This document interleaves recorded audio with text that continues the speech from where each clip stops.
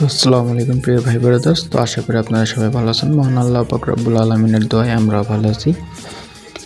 আজকে আমরা দেখব যে স্ন্যাপচ্যাট থেকে কিভাবে আপনাদের 18+ অ্যাকাউন্টগুলো আমরা রিমুভ করব। হ্যাঁ, রিপোর্ট লিঙ্কের মাধ্যমে কিভাবে রিপোর্ট করব আমরা স্ন্যাপচ্যাট অ্যাকাউন্টগুলো। তো আমার যে ভিকটিম আছে ওই ভিকটিমের অ্যাকাউন্ট এটা। হ্যাঁ, তো এই যে ভিকটিমের অ্যাকাউন্ট এটা আমি তার ইউজার আগে কপি করে রেখে দিচ্ছি। তো তার রিপোর্ট তার লিঙ্কটা আমি কপি করে রেখে দিচ্ছি, সব কিছু মানে এভরিথিং কপি করে রেখে দিয়েছি আমি। হ্যাঁ, তো এই যে আমি দেখেন রিপোর্ট লিঙ্কের যে উপরে আমি লিখে রাখছি, দেখেন যে রিপোর্ট লিঙ্কটাও রাখছি, আপিলও রাখছি, তার অ্যাকাউন্টের নেমটা মানে সব রেডি করে রাখছি আমি এভরিথিং। তো আপিলটা আমি দিয়ে দেবো, আপনারা আপিলটা আমার টেলিগ্রাম থেকে ইয়ে করে নেবেন। তো আমরা রিপোর্ট লিঙ্কে ঢুকবো, রিপোর্ট লিঙ্কে ঢুকলে এমন আসবে ইয়েস দিয়ে দেবো। তো আমি সেকেন্ড অপশনটা ক্লিক করব। হ্যাঁ, সেকেন্ড অপশনটা ক্লিক করার পর ফার্স্ট অপশনটা আবার ক্লিক করব এখান থেকে। তো ফার্স্ট অপশনটা ক্লিক করার পর এখানে আমাদের একটা নিজেদের ন্যাচারাল নেমটা দিয়ে দেবো, তারপর নিজেদের একটা অ্যাক্টিভ মেল দিয়ে দেবেন আপনাদের। এখানে আপনার যেই স্ন্যাপচ্যাট যেই অ্যাকাউন্টের যে ইউজারটা আছে আপনার, হ্যাঁ ওটা দিবেন এখানে। তো আমি এখানে দিয়ে দিচ্ছি।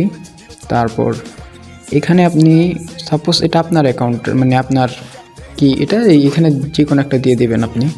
জাস্ট 18+ ওভার হইতে হবে আন্ডার। আমি এখানে যেটা দিয়ে দেবো 4 নম্বরটা।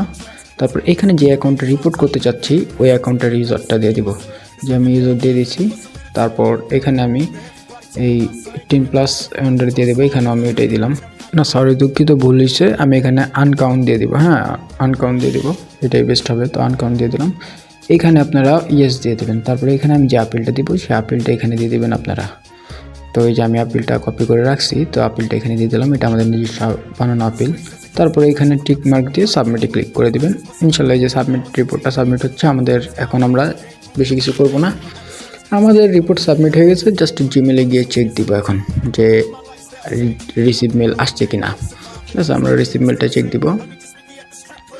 তো চলেন আমরা জিমেলটা খুঁজি, জিমেলটা করি। জিমেল আমার জিমেল মাঝে মধ্যে পাই না, এটাই সমস্যা, মাঝে মধ্যে পাওয়া যায় না। এই যে জিমেল পাইছি, এই যে ঢুকলাম জিমেলে, এই যে দেখেন রিসিভ মেল দিছে 11:33 রিপোর্ট করছি, সাথে সাথে রিসিভ মেল দিয়ে দিচ্ছে। তো ইনশাল্লাহ এইভাবেই হবে 18+ অ্যাকাউন্টগুলো এইভাবে আপনারা উড়াতে পারবেন।